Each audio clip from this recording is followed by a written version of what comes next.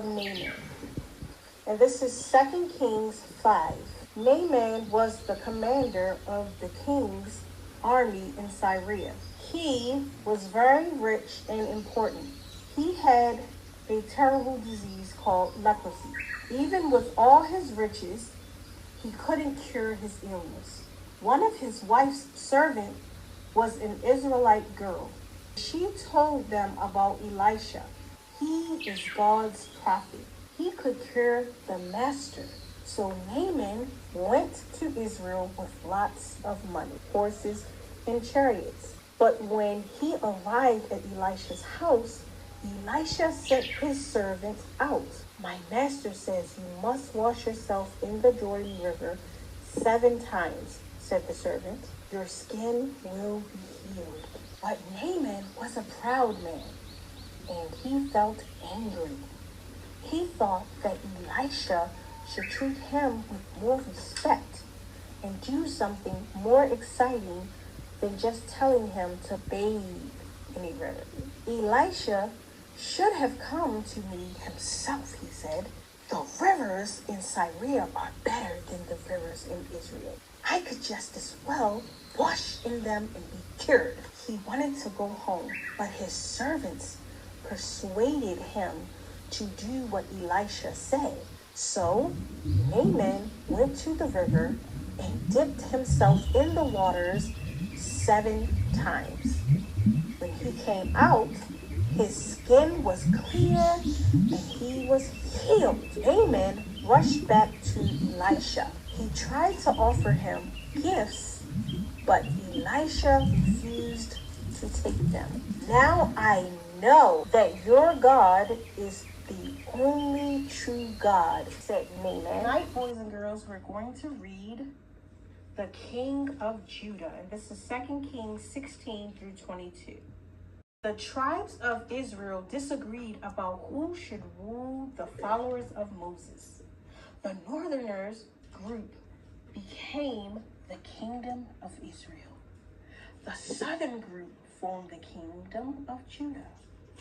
Its capital was Jerusalem.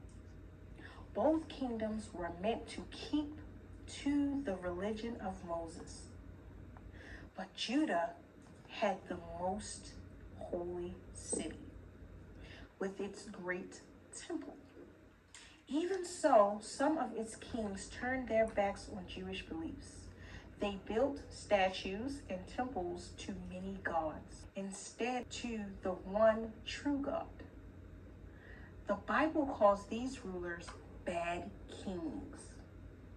All the kings of Israel were bad, and so were many of the kings of Judah.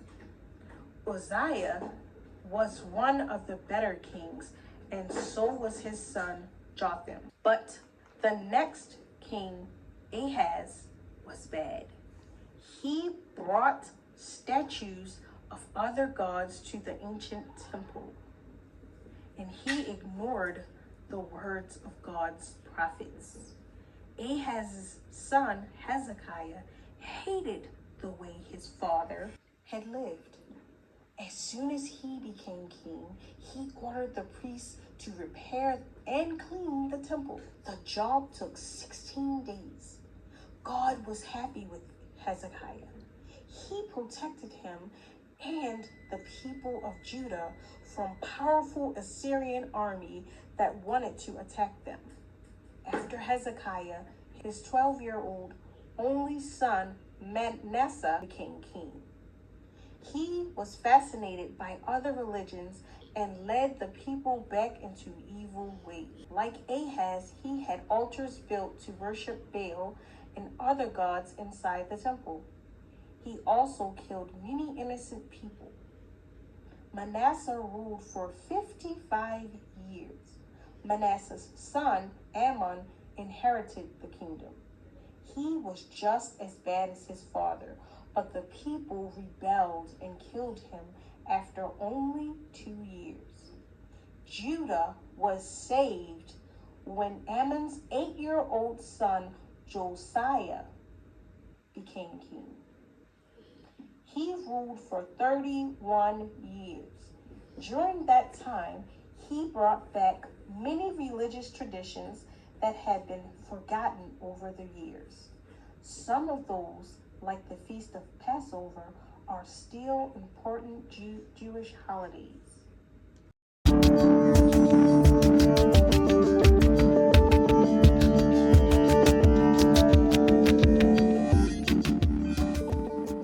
So what did you learn? He got children, and this is his dad, this is his mom. That's what I learned today. Next time, boys and girls and friends, we're going to read God Calls Jonah. And this is Jonah 1:1-6. Thank you very much for listening and watching, and I'll see you in my next one.